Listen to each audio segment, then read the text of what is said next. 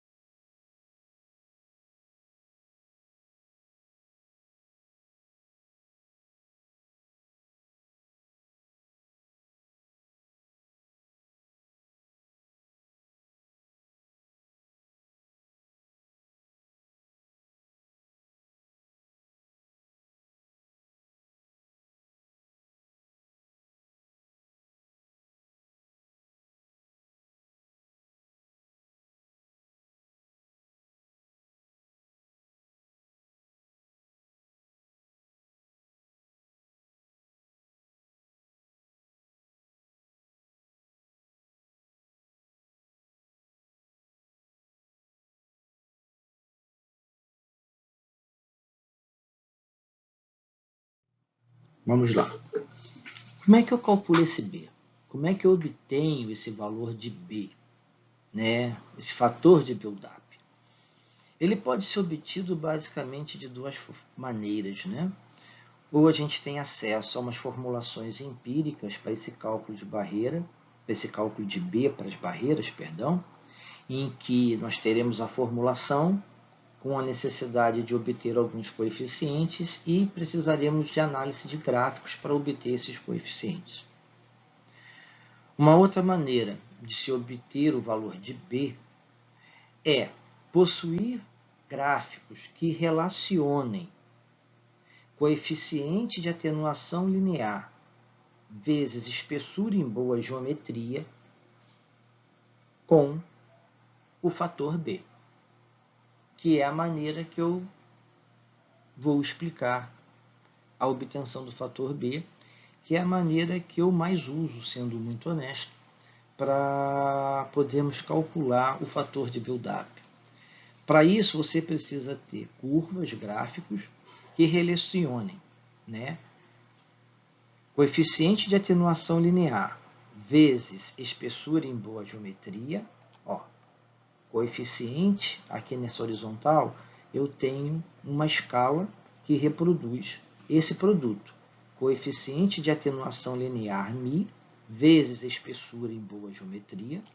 Aqui nesse eixo vertical, eu tenho fatores de build-up que podem ser encontrados. E aqui, ó, no meio, eu tenho várias curvas em várias energias para um determinado tipo de material. No caso deste exemplo aqui é chumbo. Então, para este gráfico aqui, que relaciona coeficiente de atenuação linear vezes espessura em boa geometria com fator de build-up, eu tenho as energias de meio MeV, 0,66 MeV, 1,25 MeV, 3 MeV, 5 MeV e 10 MeV.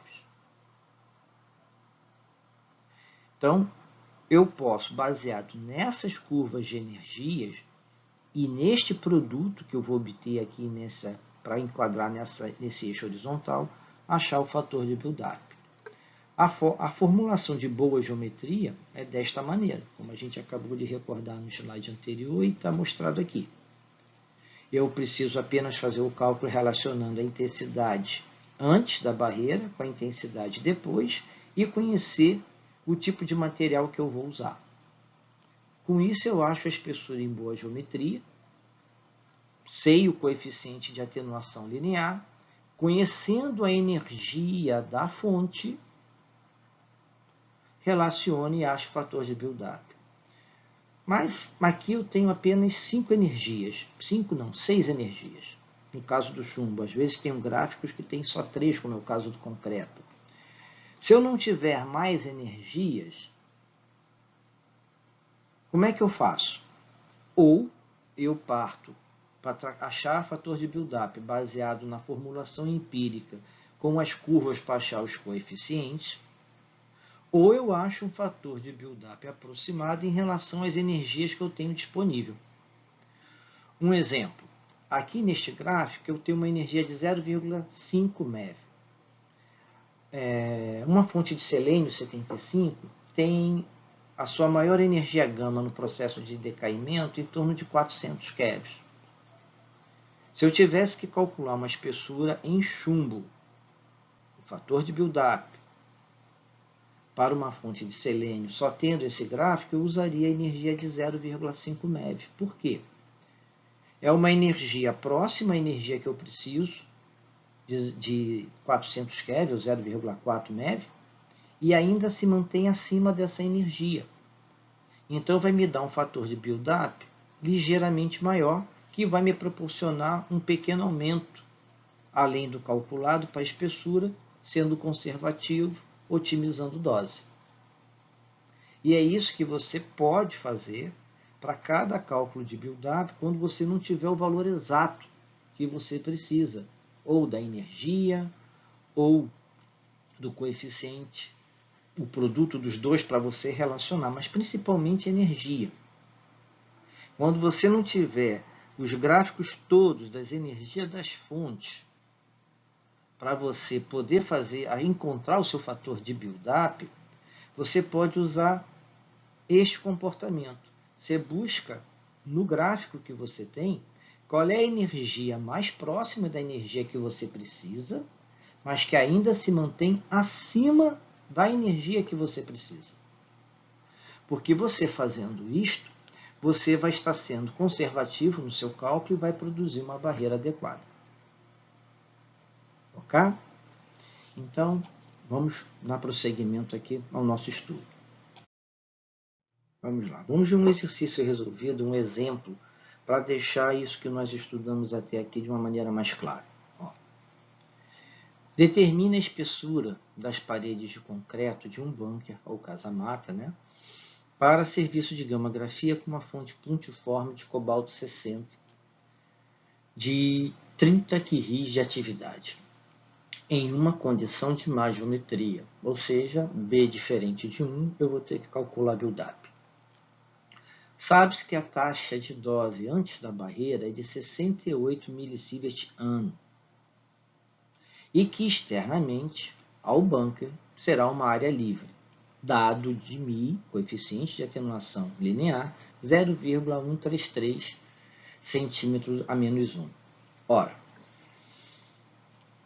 área livre, nós precisamos saber que a taxa de dose anual é de 1 milisievert ano. Como nós vimos em alguns slides atrás, essa parte aqui do cálculo me fornece a espessura em boa geometria, como também está bem destacado aqui. O coeficiente de atenuação linear foi fornecido, 0,133. A intensidade de radiação antes da blindagem foi fornecida, 68 milisievert ano. A intensidade de radiação após a barreira foi indicada, por ser área livre, 1 milisievert ano, e fazer conta. 1 dividido por 0,133, vamos achar 7,52, 3 algarismos em função da quantidade de algarismos aqui do coeficiente de atenuação linear. 68 dividido por 1 dá 68, e logaritmo neperiano de 68 é 4,2, também acompanhando a mesma quantidade de algarismos significativos aqui da taxa de dose. Fazendo esse produto, você acha 31,6 ou aproximadamente 32 centímetros. Né? Eu já comentei num outro vídeo que quando trabalhamos com concreto, é interessante trabalhar com valores inteiros de espessura. Então, eu tenho 32 centímetros. Para eu achar o valor de B, que é diferente de 1, eu tenho que pegar o coeficiente de atenuação linear e multiplicar pela espessura em boa geometria. Fazendo isso aqui, eu vou achar 0,133 vezes 32, 4,3.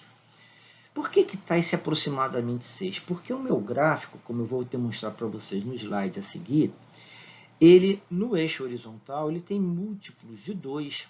Então, eu tenho 0, 2, 4, 6, 8, 10, 12, 14, 16 e assim vai. Eu não tenho valores intermediários entre 4 e 6, por exemplo. Então, se no meu cálculo eu obtive 4,3, eu vou trabalhar com o valor 6, porque 4,3 é maior que 4, então eu não posso usar.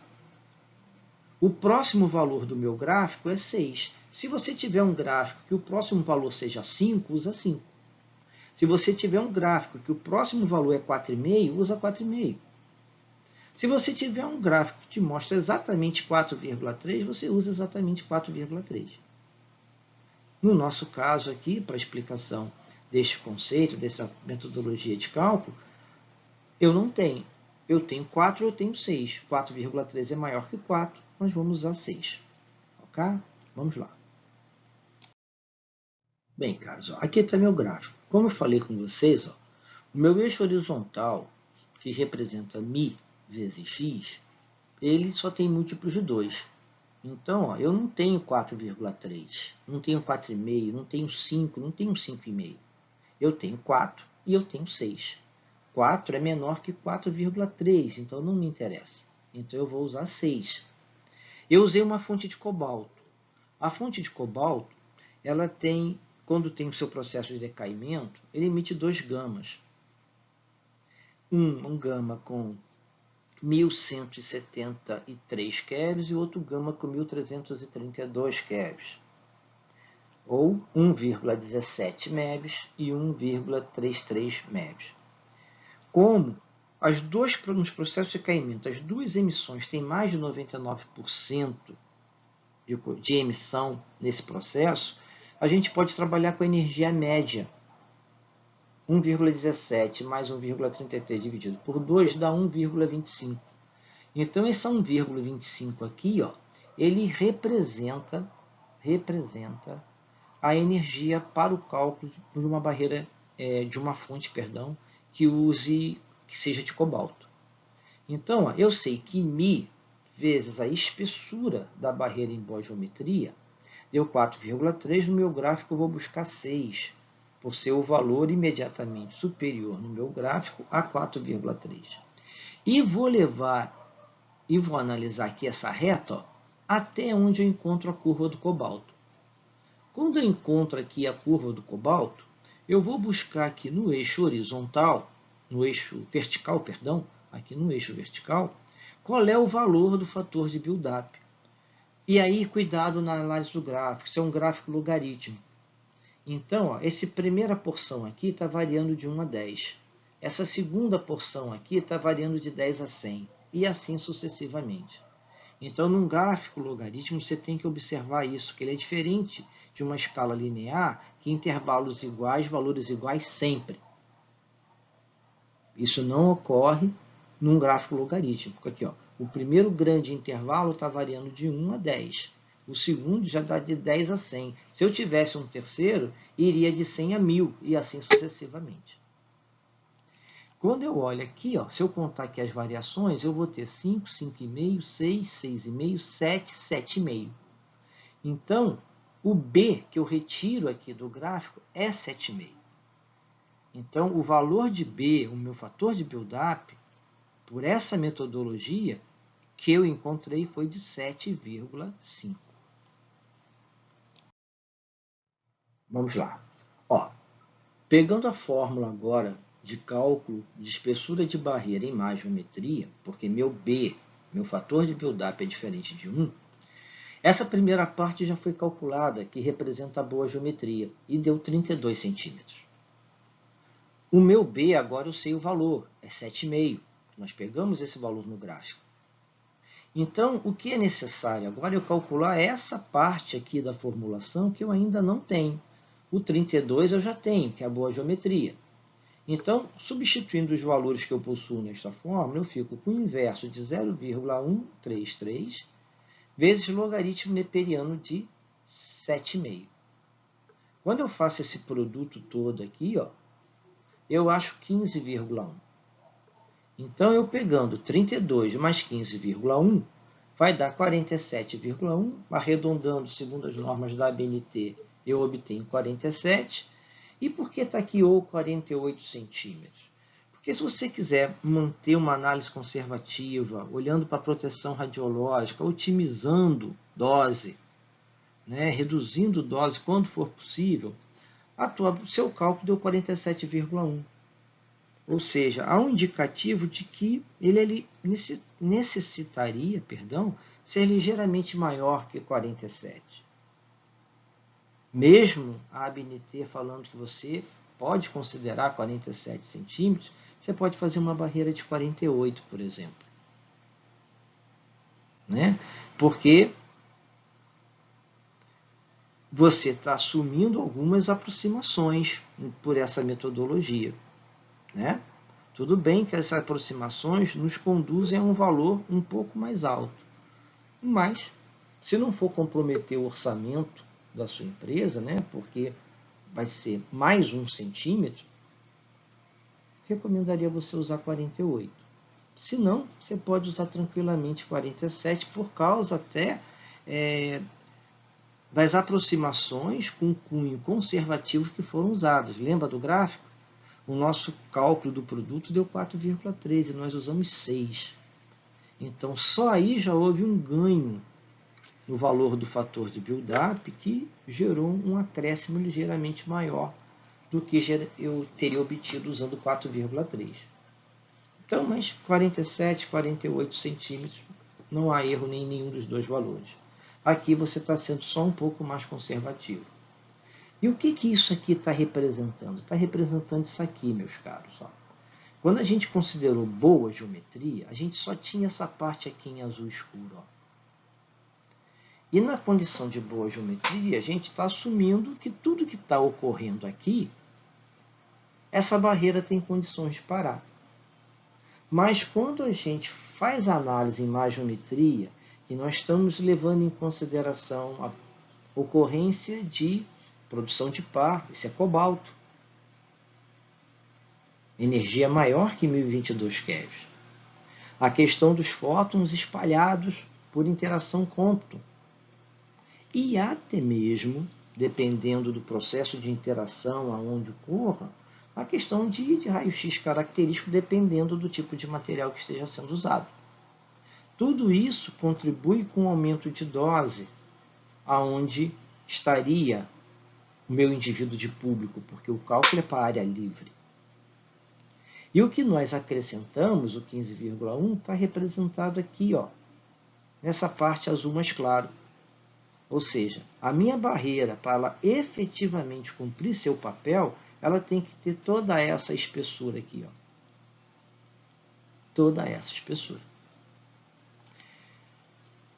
Nós vamos ficar por aqui. Essa metodologia ainda tem mais uma análise, mas vai ficar para um outro vídeo, em função das formulações que nós precisamos fazer e da compreensão em termos do processo matemático que a gente precisa analisar. Mas é bom deixar uma análise aqui para a gente olhar. Olha só, quando a gente acrescentou esses 15 centímetros, o feixe aqui está sendo atenuado porque está passando por mais material, mas também nós estamos colocando esse indivíduo aqui, ó, mais longe da fonte. E isso aqui é uma radiação eletromagnética ionizante. Quanto mais distante, menor a intensidade.